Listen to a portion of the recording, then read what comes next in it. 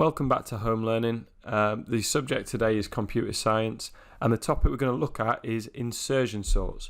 So we're going to go over to Mr. Holton, who's going to explain what insertion sorts are, how they work, and then you've got some activities that you're going to do afterwards. Over to Mr. Holton. Right then, insertion sorts. So just like bubble sorts, insertion sorts aren't actually that efficient. You probably won't find many computers doing insertion sorts these days, but they're useful to understand again how data could possibly be sorted, and the idea that a computer can have a range of options, a range of different algorithms to choose from when it needs to do something like sorting data. Let's bring back the numbers from the bubble sort. So if you've watched that video, these numbers will seem very familiar, and then we're going to bring in the key difference for an insertion sort. So we don't have the idea of a bubble, but for an insertion sort we've got the idea of two parts of the list, which I'm just going to separate with this wavy line, okay? And we've got an unsorted part of the list, which is going to be on this side, and then we've got a sorted part of the list, which is going to be on the left hand side of that wavy line. And to start with, the sorted part of the list is empty, okay? But then we start moving up this line one by one. So let's move it across here. So now 43 is on my sorted part of the list. So if you imagine these are now two separate lists, this is a list with a length of 1 and this is a length of 4. Is 43 sorted? Well, yes, it's in its own separate list with a length of 1. Okay, so that's sorted. And so I'm going to move up my line now. And now I've got sorted and unsorted. I've got two items in the sorted part of it, but you may have noticed 26 is not in the right place. It's not sorted now. So I need to keep swapping that number back until it is in the right place. So 26 moves there and 43 moves back there. That's all fine, that's all sorted. So we move up the sorted part of the list. We move up this wavy line once more over here. And now 18 is the one we need to swap in the correct place. Now, 18 doesn't magically jump to the front. If that happened, this would be the most efficient sorting algorithm in the world. What needs to happen is it needs to swap back one by one until it's in the correct position. So 18 is first going to move there, and then 18 is going to move there, and 26 is going to move there. And then my sorted part of the list is fine, it's all sorted again. So I'm going to move up that wavy line again one more to 39. That's going to cause me to have to swap 39 and 43 over them. So I'm moving 39 back to the correct position in the list. There you go. Let me just bring this in a bit, and 53, because we're nearly at the end now and I don't want that wavy line to go off the edge of the screen. So finally, I need to move my wavy line up once more here. And then everything is in the sorted part of the list, and I don't need to do anything with 53 because it's in the correct position. It's greater than 43. And then once that wavy line has gone from the left hand side right the way through to the right hand side of the list, I know it's sorted. And just like with bubble sorts, this obviously works with letters or anything else that can be put into order as well. So now Mr. Holton's explained a little bit about what it is and how it works. You've got a task to do on insertion sorts. You'll notice that as you work through this first task, it will start to mark itself and give you a tick or cross. But Mr. Barnes is going to talk through this afterwards, so he makes sure you understand it fully before we move on to any exam questions. Off you go.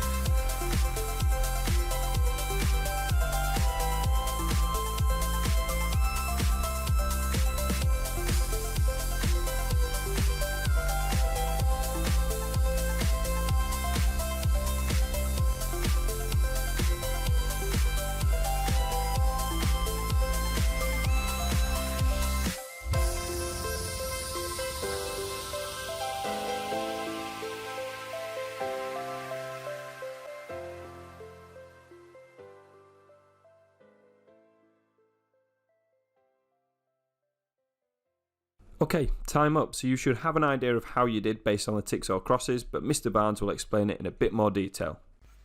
Okay, so let's have a little look at these insertion sort tasks. So the idea of insertion sort is you end up with a sorted list and an unsorted list within the list. And there's been an example here for you. So let's go through the next one. So at the top we've got a list of numbers 5 to 8, 4, 6 and 9. They're obviously unsorted and we need to sort them. Now on this example here, the green cells identify the sorted list and the red cells the unsorted list. So the first thing we do is we take the first value in that list and we place that in the sorted list, and the unsorted list stays the same. Nice and straightforward.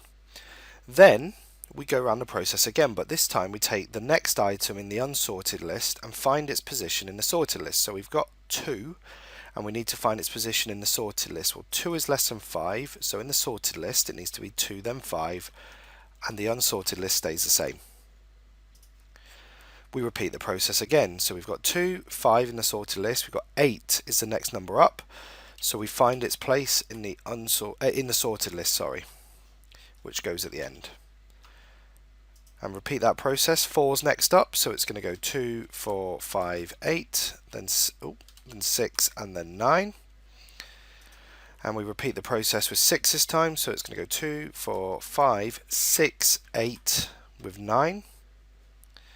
And then we're going to go the last value 9 in, which is actually going to go at the end, so it's going to go 2, 4, 5, 6, 8, 9, and now we've got our sorted list.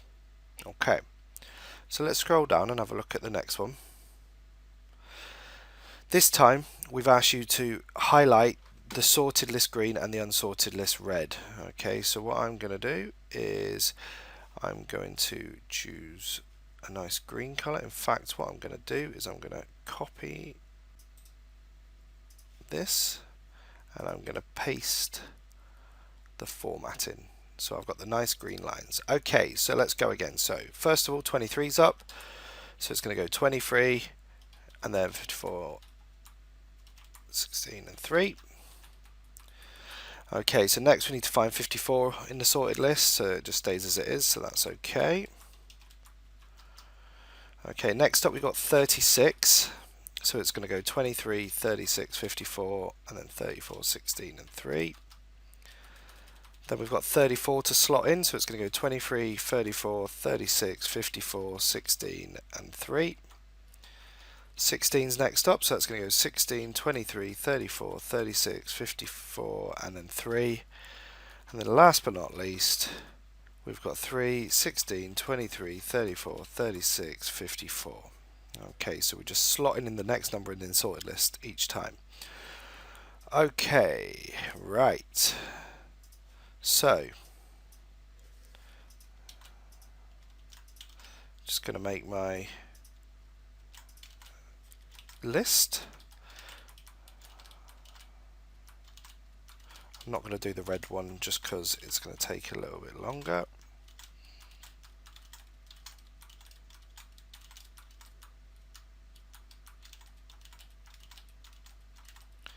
Okay, we're almost there with our sorted list now, or our highlights for our sorted list. Okay, so let's go for it. So 213 goes in, then 517, 274, 273, 935, 752, 534 and 725.